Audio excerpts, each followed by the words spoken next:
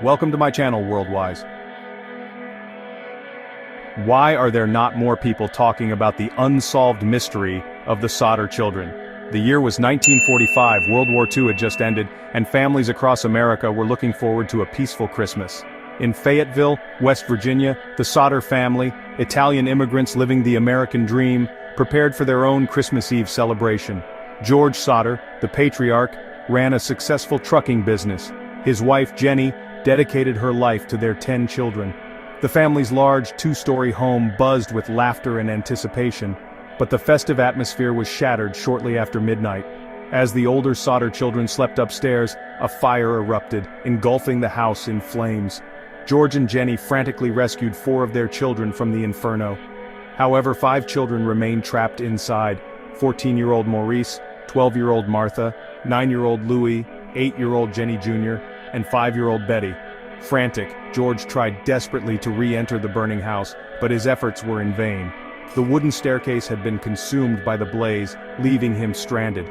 He called for the fire department, but their response was inexplicably delayed, a cruel twist of fate that would haunt him forever. By the time the fire was extinguished, the house lay in ruins, and the 5 Sodder children were gone. The fire had burned hot and fast, but as the smoke cleared, a chilling realization dawned upon the grieving parents. Amidst the ashes and debris, there was no trace of the missing children. No charred remains, no bones, nothing to indicate they had perished in the fire. The mystery of their disappearance had begun. The fire marshal, concluding the blaze was caused by faulty wiring, assured the Sodders that the intense heat had likely incinerated the children's bodies. However, the family found this explanation difficult to accept. They knew that even the hottest fires leave behind bone fragments, yet the search of the ashes yielded nothing. Even some of the children's toys, made of materials far less durable than bone, were found relatively intact amidst the debris. Driven by a parent's intuition and the unsettling lack of evidence, the Sodders began to question the official narrative. Their suspicions grew when they discovered that the phone line to their house had been neatly cut, not burned and broken as one might expect in a fire. This suggested a deliberate act, possibly meant to isolate the family and delay any calls for help. Fueling their suspicions further was a chilling phone call Jenny had received earlier that evening. A woman's unfamiliar voice asked for someone by a name the Sodders didn't recognize. When Jenny said it was the wrong number, the woman on the other end simply laughed, a cold, chilling sound that sent a shiver down Jenny's spine. The incident, dismissed as a prank call at the time, now took on a sinister new meaning. As days turned into weeks, and weeks into months, the lack of answers only deepened the mystery. The Sodders refused to believe their children were gone, clinging to the hope that they were still alive, somewhere out there. Their grief was intertwined with a growing sense of dread, a suspicion that something sinister had occurred on that fateful Christmas Eve. The Sodder children's disappearance sent shockwaves through Fayetteville and beyond. The tight-knit community grappled with the news, offering condolences while wrestling with their own unease. Rumors and speculation filled the void left by the lack of answers. Some whispered about a family feud, while others pointed to George Sodder's criticism of Benito Mussolini. One rumor claimed a witness saw balls of fire thrown onto the roof before the blaze. This account, though unconfirmed, added to the suspicion that the fire was no accident. The Sodders, heavy with grief and suspicion, began their own investigation. Their inquiries led to a potential break in the case. A woman at a tourist camp claimed to have seen the missing children in a car the morning after the fire.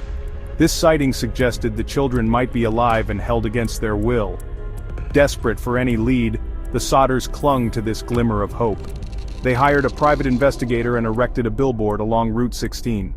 The billboard featured photos of each missing child and a plea for information. Years passed, and the billboard became a haunting reminder of the tragedy. Section 4. The Arson Theory. The theory that the fire at the Sodder home was deliberately set emerged early in the investigation. The suspicious circumstances surrounding the blaze, including the cut phone line, the strange phone call, and the unconfirmed witness account of firebombs, all pointed towards arson.